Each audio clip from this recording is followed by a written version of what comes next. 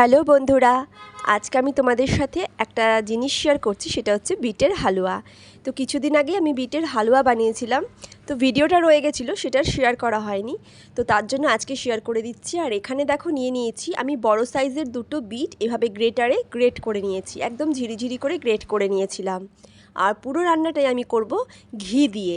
সাদা তেলেও করা যায়, তবে আমি আজকে ঘি দিয়েই করব, যাতে টেস্টটা আরও বেশি ভালো হয়। কড়াইতে ঘি গরম হয়ে যাওয়ার পরে আমি এর মধ্যে 4-5টা দিয়ে দিচ্ছি এলাচ। এলাচগুলোকে মাঝখান থেকে আমি ফাটিয়ে নিয়েছিলাম, যাতে একটা সুন্দর গন্ধ বেরোয়। ঘিয়ের মধ্যে এলাচ পড়লে অবশ্যই একটা সুন্দর গন্ধ বেরোয়। আর তারপর যখন একটু এলাচের থেকে সুন্দর গন্ধ বেরোবে, তখন আমি এর মধ্যে দিয়ে দেব যে আগে থেকে কেটে রেখেছিলাম, মানে গ্রেট করে রেখেছিলাম যে বিটগুলো, সেগুলো। তো বিটগুলোকে আমি ধুয়ে তারপরে গ্রেট করেছিলাম।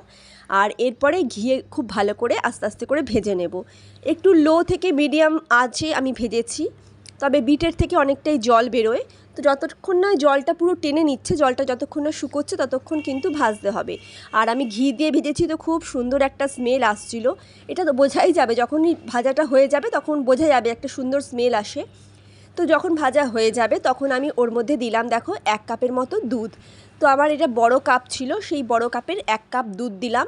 এরপরে কিন্তু দুধটাকে, মানে বিটের মধ্যে থেকে যে জলটা তো ঝরে গেছে, মানে শুকিয়ে নিয়েছে, এবার দুধ দিয়ে বিটটাকে ভালো করে নাড়িয়ে নিতে হবে এবং ততক্ষণ টানাতে হবে এটা যতক্ষণ না দুধটা পুরো শুকিয়ে যাচ্ছে।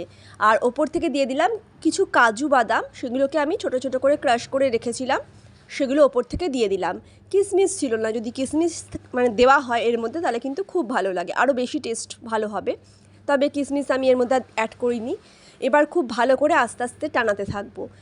যখন অনেকটা টেনে যাবে তখন আমি এর মধ্যে বেশ পরিমাণে চিনি দিলাম। চিনিটা সম্পূর্ণ পরিমাণ মতো দিতে হবে, যে যেরকম মিষ্টি খায় সেই অনুযায়ী। তো আমাদের যেরকম খাই আমরা, সেই পরিমাণে আমি দিয়েছিলাম। আর দেখো, কষাতে কষাতে এখানে কিন্তু খুব সুন্দরভাবে একটা বিটের হালুয়া রেডি। আর কালারটাও দেখো কী সুন্দর হয়েছে। তবে যতটা পরিমাণে করা হয়, বিটটা যখন টানাতে থাকি তখন কিন্তু পরিমাণে অনেকটা কমে যায়। তো দেখো, আমার এখানে বিটের হালুয়া কিন্তু রেডি। আর এই হালুয়া খেতেও কিন্তু খুব ভালো হয়েছিল সেদিন। তো আমার এই বিটের হালুয়ার রেসিপি কেমন লাগলো অবশ্যই কিন্তু আমাকে কমেন্ট করে জানাবে। আর তোমরা যারা বানাওনি এখনও পর্যন্ত, তারাও অবশ্যই বানিয়ে খেয়ে নিও। টাটা।